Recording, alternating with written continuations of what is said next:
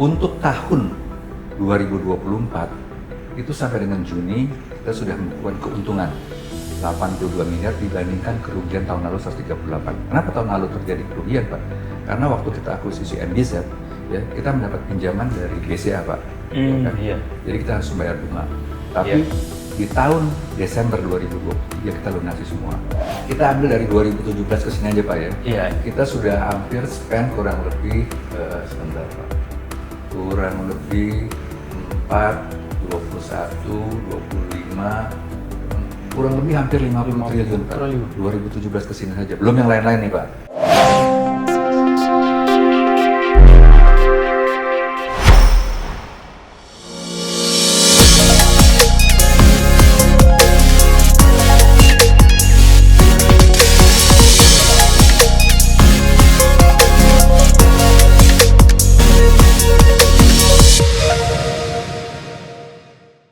Tribuners, selamat datang di Capital bersama saya Dr. Pit.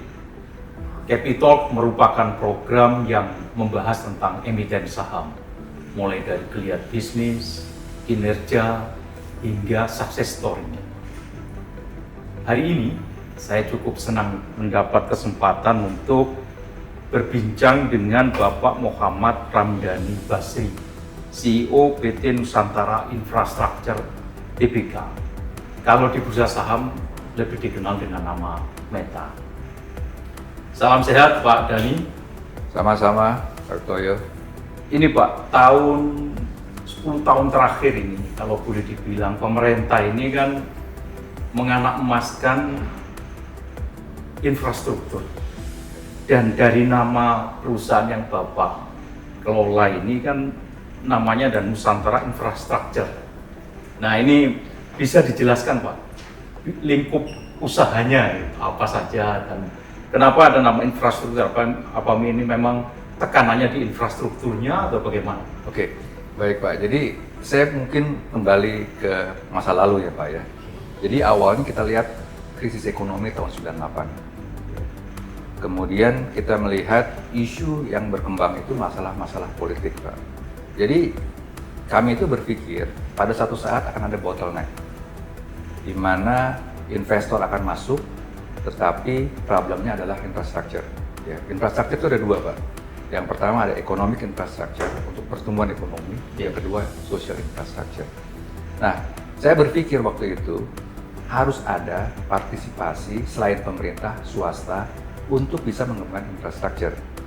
Maka tahun 2006 lewat backdoor listing, saya sebagai salah satu founder ya kan mendirikan perusahaan ini.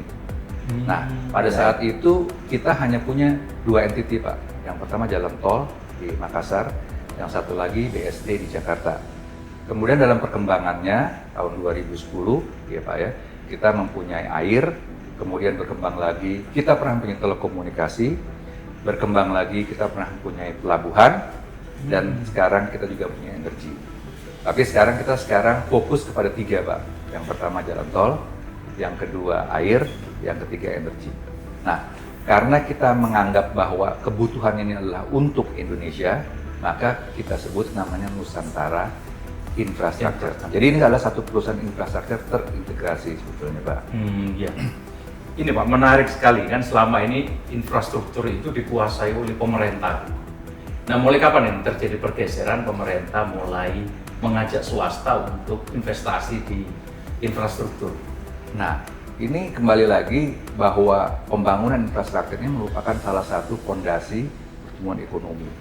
Sebetulnya ini merupakan tanggung jawab pemerintah, di mana masyarakat membayar pajak dan pemerintah membangun infrastruktur. Tapi kita melihat kondisi saat ini atau kondisi masa-masa lalu, di mana kemampuan pemerintah hanya 30% untuk membangun infrastruktur. Sedangkan 70% itu mereka harus mengundang swasta. Tapi frankly speaking pada saat itu swasta-swasta yang berperan dalam bisnis infrastruktur itu hanya 1-2 perusahaan. Nah, kemudian pada tahun 2010, saya ingat waktu itu zamannya Pak SBY Pak, kita diundang ke Cipayung, Pak Istana Cipayung, Cipanas. Kemudian beliau tanya, apa yang harus dikerjakan?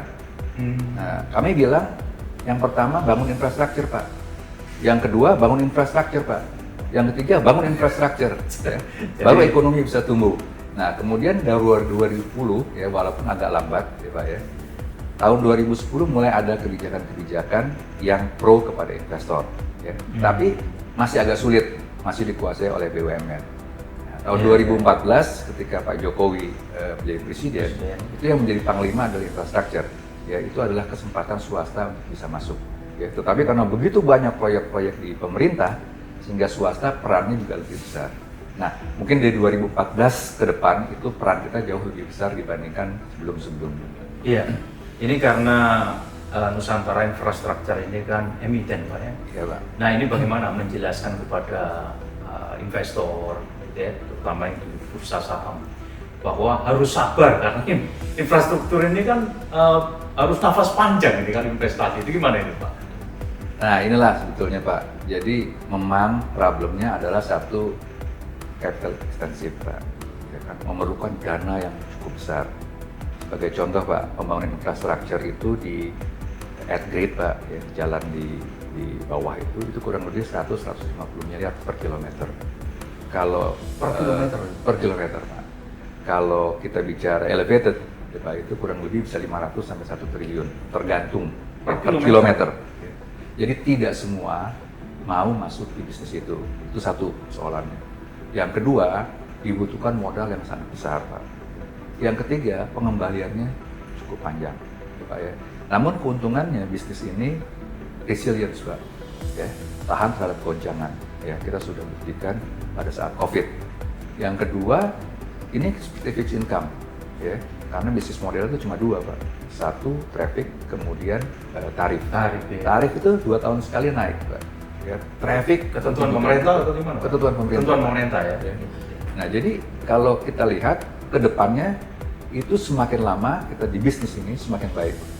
Ya, ngomong soal strategi gitu, Pak. Itu yang dikelola oleh Nusantara Infrastructure itu kira-kira apa aja, Pak?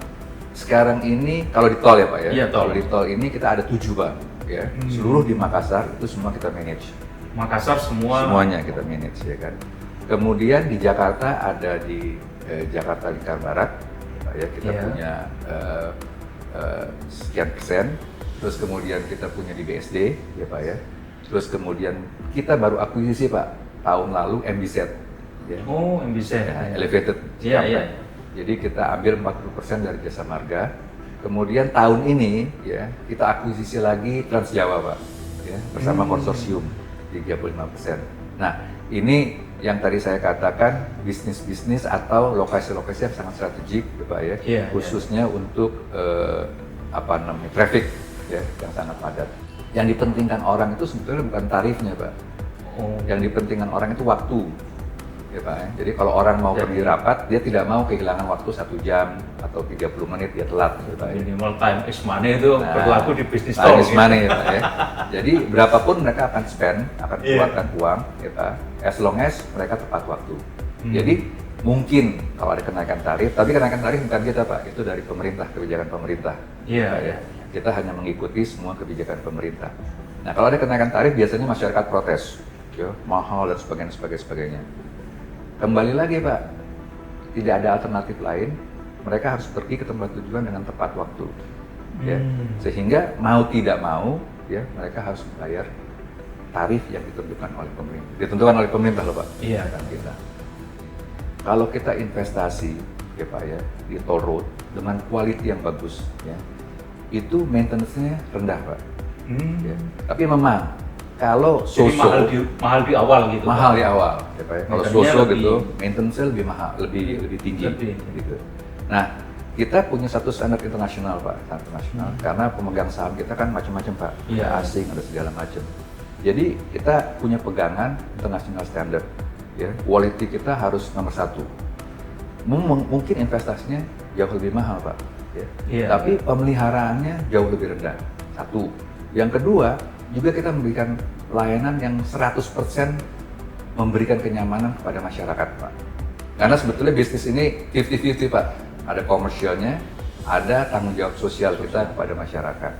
Jadi sama-sama punya tanggung jawab besar. Tapi jangan kebanyakan tanggung jawabnya, Pak. profit oriented tetap ya harus terus Pak. dikedepankan. Karena kan kita pinjam uang dari bank, Iya, ada iya. investor, mereka harus kita handle lah Pak, ya kan, nah semuanya. Dengan Terus kalau perhitungan. Trans Jawa tadi gimana Pak? Jadi Trans Jawa ini baru Pak, ya baru bulan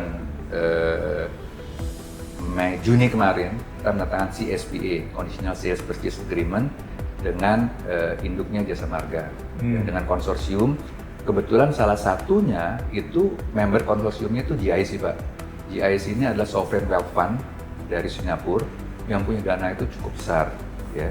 Nah, dengan dukungan mereka juga kita sama-sama untuk mengambil 676 km Pak, ya kan, Jakarta sampai dengan Surabaya.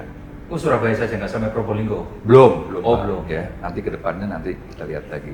Nah, jadi kita mengambil 35%, mudah-mudahan ini salah satu Pak indikasi bahwa BUMN itu mau mengajak swasta untuk berpartisipasi dalam membangun infrastruktur. Ini yang tadi saya bilang Indonesia Incorporated sebetulnya Pak, ya, swasta diajak untuk sama-sama membangun. Pak Dhani, kalau kita lihat ini Pak, perkembangan dan prospeknya gitu ya, jalan tol, kemudian infrastruktur yang dibangun. Kalau menurut Pak Dhani, Nusantara infrastruktur ini yang paling kuat itu memberi revenue itu di mana? Sekarang ini kita punya 3 Pak bisnis unit. Iya. Yang pertama jalan tol, yang kedua air, yang ketiga energi. Ya kita sebut air dan energi ini utilities.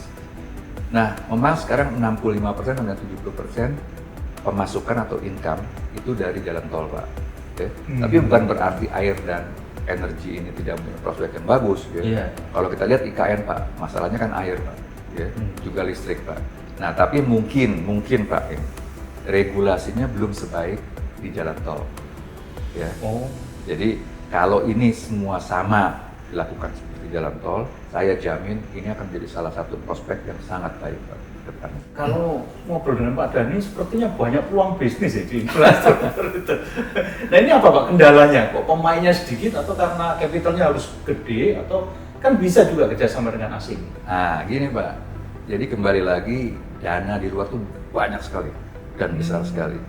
Kadang-kadang ya mohon maaf nih Pak ya, kadang-kadang sering dipolitisasi Pak. Infrastruktur ini kan sebetulnya kegunaannya untuk masyarakat luas Pak. Ya, siapapun yang membangun Pak, yang diuntungkan pertama adalah masyarakat. Iya.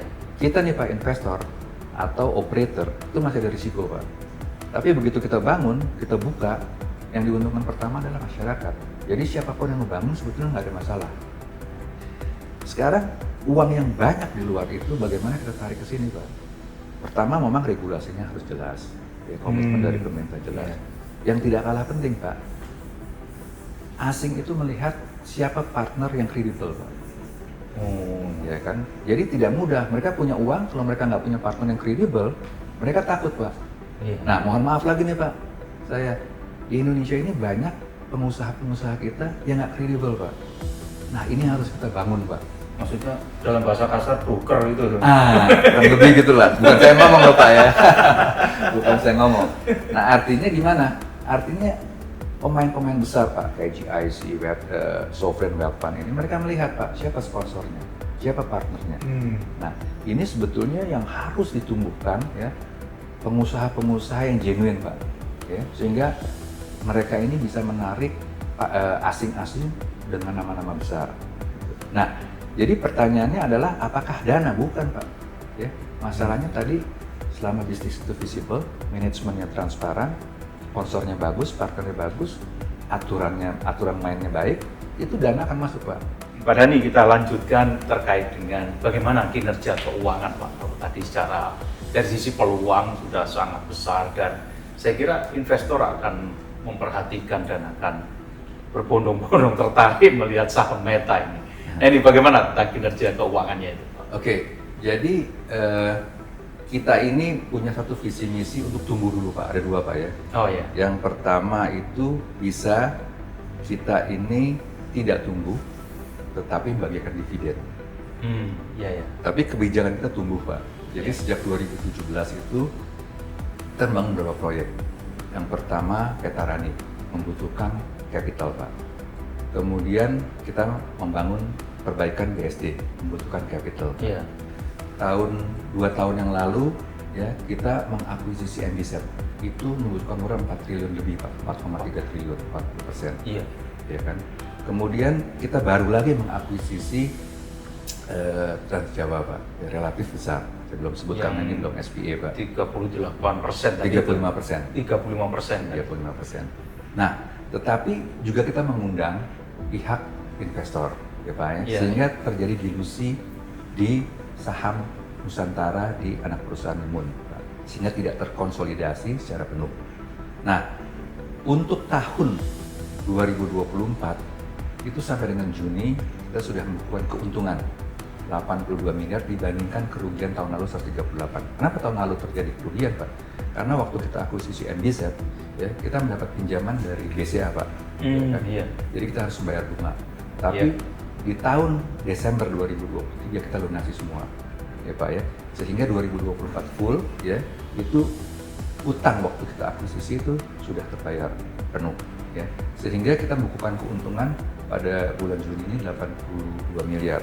Nah, sekarang kalau kita lihat kenaikannya itu kurang lebih 7,11% Pak, ya, dibandingkan dengan tahun 2023. 7,1%. 1%, ya, dibandingkan dengan 2003. Nah, secara pendapatan tahun 2024 ini itu kurang lebih, sekarang tidak konsolidasi Pak ya, Iya. itu kurang lebih 785 miliar, ya, di mana pendapatan terbesar itu masih dari jalan tol. Nah, tapi sejak 2024 itu kita juga mendapat pemasukan yang cukup signifikan dari air dan energi, ya, kurang lebih 100. Oh, air sudah mulai Sudah Pak, menghasilkan ya, Pak, ya? sudah menghasilkan 145,7 miliar. Nah, kalau menurut Pak Dhani Pak, ini dengan angka-angka yang sangat menarik itu, berapa jumlah investor saham ini yang setia gitu, yang setia? Nah, jadi tadi saya katakan salah satu alasan kita lakukan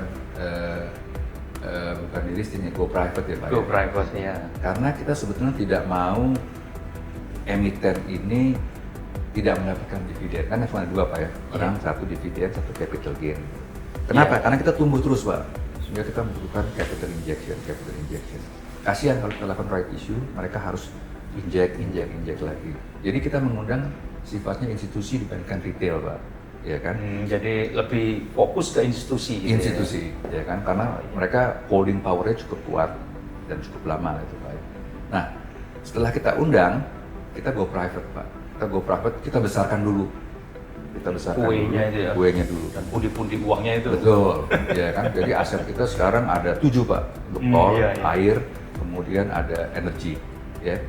Tapi waktu kita go private, tadinya kita tuh pemegang sahamnya kurang lebih ada 12.000 sampai 13.000 Pak. Iya.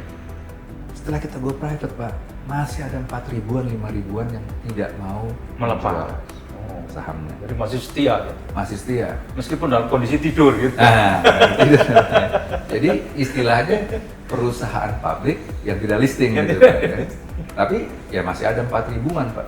Gitu. Dan mereka sudah ditawarkan beberapa kali, masih belum mau Melepas menjual sahamnya juga Pak. Mulai Ya itu orang-orang situasinya, setia. kondisinya lah. Ini Pak, investor ini perlu juga tambahan edukasi. Edukasi, Pak Dhani perlu menjelaskan dalam 5 tahun, 10 tahun, 15 tahun itu bagaimana ini? Kalau misalkan seorang investor pemula, kan sekarang saham itu kabarnya banyak dikuasai oleh Gen Z, milenial, dan mereka berpikirnya ya seperti trading forex, beli pagi sore dijual kan gitu. Nah sementara kalau kita lihat saham infrastruktur ini kan harus nafas panjang gitu ya. Saya lihat investor-investor yang sukses itu memang butuh waktu panjang. Nah, ini bagaimana? 5 tahun pertama itu kalau Nusantara Infrastructure itu akan memberi harapan apa?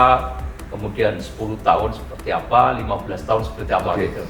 Mungkin yang perlu dilihat satu fundamental ya Pak ya. Iya. Fundamental. Jadi laporan keuangan itu harus dianalisa oleh investor yang mau masuk.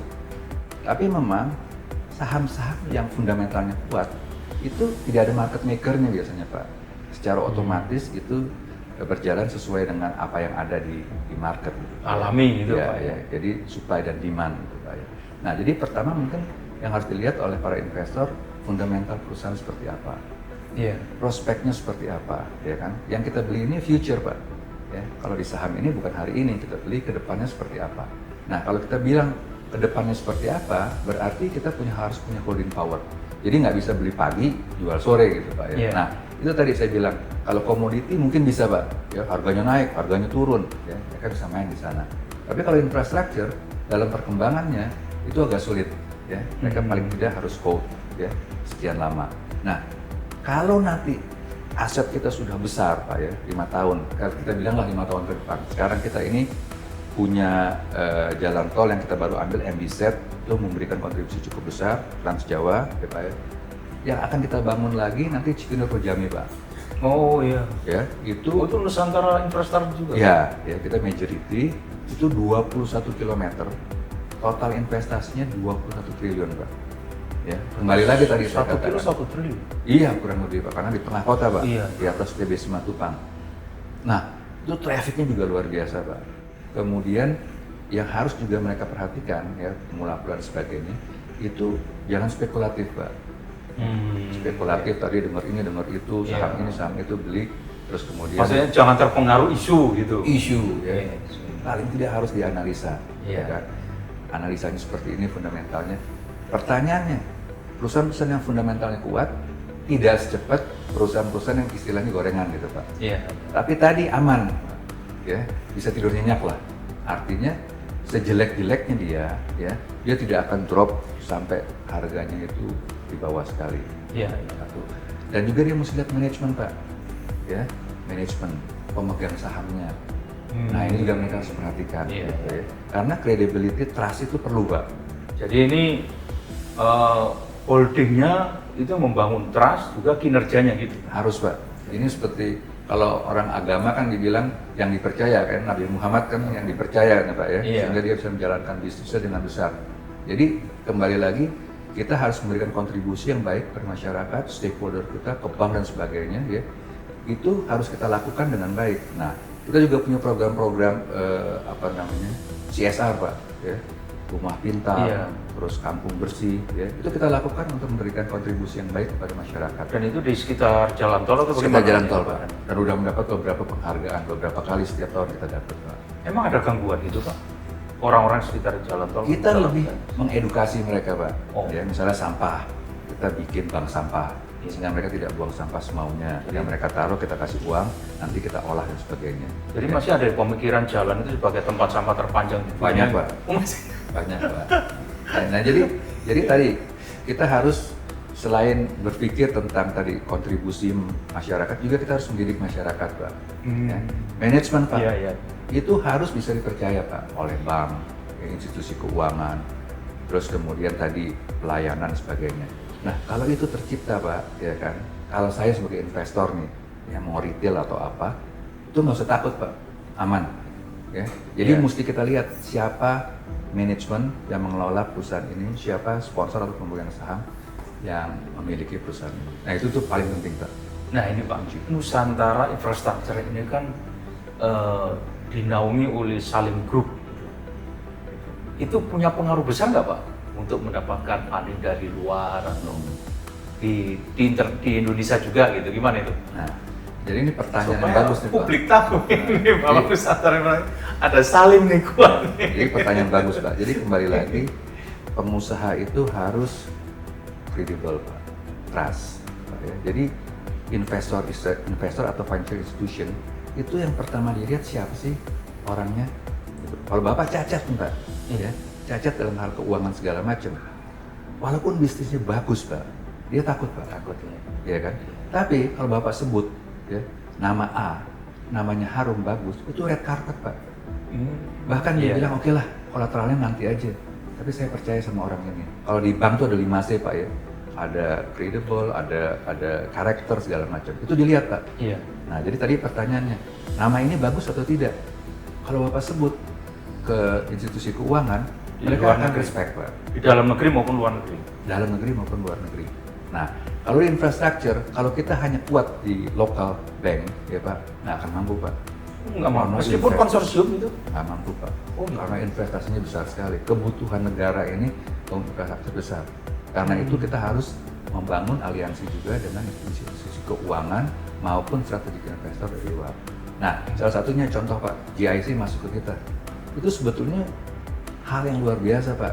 Karena sovereign wealth fund itu sangat-sangat kritis Pak. banyak hal yang dia ingin supaya bisa masuk ke satu perusahaan seperti ini gitu Pak. Nah jadi kita di manajemen juga merupakan satu kebanggaan Pak, bisa mengundang mereka. Untuk pemerintah juga satu kebanggaan sebetulnya Pak, ya kan? Itu kan sebetulnya fundnya pemerintah Singapura Pak, yang bisa masuk ke kami Pak, ke swasta gitu. Kalau boleh tahu nih Pak Dhani, dana yang berputar di luar yang Pak Dhani sampaikan itu banyak sekali, itu ada nggak yang syariah gitu Pak? Kan lagi tren nih di Nah, sini negara-negara syariah gitu. Syariah itu yang paling terkenal itu justru di London Pak. Ya, luar biasa Pak, besarnya. Tapi saya nggak tahu Pak ya, mungkin menjalankannya agak berbeda Pak. Oh iya, Dengan di sini. bukan di Saudi malah Pak. Bukan. Di London, karena orang Saudi itu taruh uangnya semua di sana Pak. Ya. Jadi di manage di sana gitu Pak. Iya, iya. Nah jadi kita pernah melakukan itu ya. Jadi dengan salah satu investor dari Malaysia. Ya, Oh iya. Nah, syariah. Jadi kembali lagi Untuk investasi apa ini? Jalan tol investor apa itu air? mereka masuk, saya lupa persentasenya, tapi di salah satu subholding jalan tol kita. Oh jalan tol. Nah, jalan tol kita. Nah, jadi kembali lagi Pak tadi, institusi keuangan itu banyak sekali. Jadi apa yang kita bangun saat ini adalah kepercayaan, credibility. Jangan sampai nama kita rusak gitu Pak. Iya. Ya kan? Nah, kalau namanya bagus tadi, wah, itu kita ngomongnya gampang Pak. Istilahnya gini Pak, kalau nama kita cacat Pak, kita sama bank tuh ketemu officernya aja Pak. Tapi kalau nama kita bagus, dia buka pintu, CEO-nya CEO. ketemu kita. Atau CEO-nya ke kita gitu Pak. Kurang lebih gitu Pak. Iya, kalau boleh tahu Pak Dhani, dari seluruh proyek itu yang sudah dikerjakan, itu sudah menghabiskan berapa triliun? Wah, kalau ini, kalau saya lihat, kita ambil dari 2017 ke sini aja Pak ya. Iya. Kita sudah hampir spend kurang lebih, sebentar Pak, kurang lebih 4, 21, 25, kurang lebih hampir 50 triliun Pak. 2017 ke sini saja, belum yang lain-lain nih Pak. Iya. Iya kan?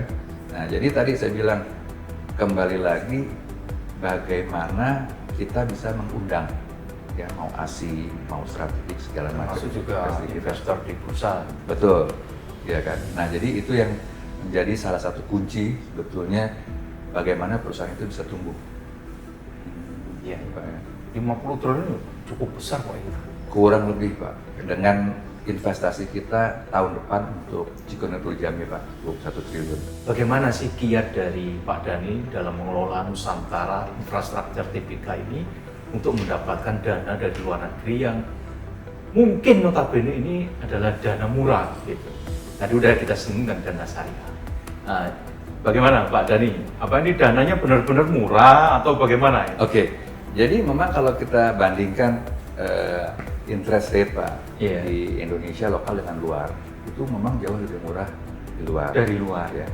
Nah, itu juga mesti kebijakannya harus dirubah Pak, karena sebetulnya cost of fund dari bank-bank itu juga sebetulnya murah, tapi spreadnya terlalu tinggi Pak ya. Jadi untungnya bank tuh terlalu besar gitu Pak ya.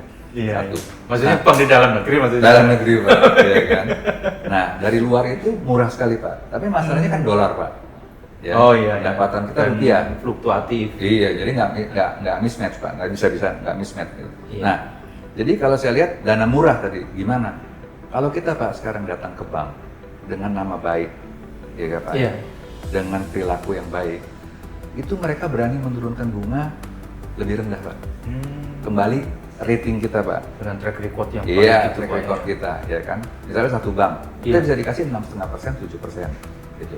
Tapi, ya kalau pada saat kita punya problem segala macam, gitu, kita harus structure kita segala macam, atau PKPU segala macam, itu akses ke banknya susah dan mereka akan memberikan bunga tinggi sekali Pak. Nggak ada alternatif sebagai Iya, iya. pengusaha, ya. Nah, Iya. jadi itu satu. Yang kedua, sebetulnya memang dari capital market Pak, lewat apa? Bonds. Oh, Pak, ya. bonds. Ya. Kalau bonds kita lakukan, itu kan prinsipnya tidak ada Pak, kita hanya bayar bondsnya aja, bunganya aja Pak. Iya. Yang kedua, yang ketiga Pak, itu kita undang strategic investor atau venture investor, mereka masuk equity Pak. Ya, equity itu yang ada bunganya Pak, ya kan, berpartisipasi, gitu kan. Nah, jadi itu strategi yang kita lakukan, ya. Jadi yang kita lakukan adalah satu, kita pinjam dari bank dengan bunga yang pasti bagus, Iya, ya Pak ya. dan bond. Yang kedua, kita undang investor dari luar. Yang ketiga, kita issue bonds kayak JLB kita, Iya. issue bonds. Dan sekarang lagi kita bisa, sekarang kebetulan kita udah bukan public company lagi Pak ya. Dulu kita bisa lakukan right issue, ya, sehingga masyarakat juga bisa ikut serta berpartisipasi gitu. Tapi kembali lagi Pak, tadi kita berpikir kemarin kalau kita lakukan terus right issue, kasihan juga pemegang saham Pak. Iya. Ya kan, karena kita mau tumbuh, growth. Satu kali, apakah kita akan listing lagi? Nanti kita pikirkan, itu belum berpikir sih Pak ya. Tapi paling tidak untuk tumbuh sekarang, ya kita perlu institusi. Nah, dana murah tadi itu banyak Pak. Kembali lagi tergantung dari rating kita. Ya, dari Keseriusan, kinerja, dan betul, track record itu ya Pak Dan. ya. Nah kalau itu ada, itu dana murah banyak Pak. Satu. Yang kedua, situasi politik, Harus dijaga, harus stabil. keamanan itu harus dijaga Pak. Ya. Karena kalau enggak, mereka takut Pak, nervous. Nah, kalau situasi itu semua kondusif Pak ya, Iya. itu kita bisa mendapatkan dana-dana atau menarik investor itu dengan dana-dana murah Pak, yang masuk ke sini itu jauh lebih besar Pak. Iya. Jadi mudah-mudahan nanti Pak situasi politik akan lebih baik, nggak ada Amin, demo. Pak. Amin. Karena kalau mau demo ke IKN mahal Pak. Amin, amin. Terima kasih Pak Dhani atas waktunya, dan ya ini boleh disebut open kitchen kan gitu Pak ya. Saya juga terima kasih Pak, sudah diundang, kasih sedikit pencerahan, apabila bermanfaat ya syukur Pak. Ya, Tribuners, demikian bincang saya dengan Bapak Muhammad Ramdhani Basri, CEO PT Nusantara Infrastructure Tbk, yang kalau di bursa saham dikenal dengan nama Meta. Banyak hal yang bisa kita petik dari diskusi dan dialog panjang lebar tadi. Yang jelas bahwa bisnis infrastruktur ini memberikan cuan yang luar biasa di masa depan. Jadi harus nafas panjang dan harus sabar. Saya Dr. Pip, pamit undur diri. Jangan lupa like, share, and subscribe untuk terus mendapatkan informasi tentang emiten saham di Capital. Salam Capital.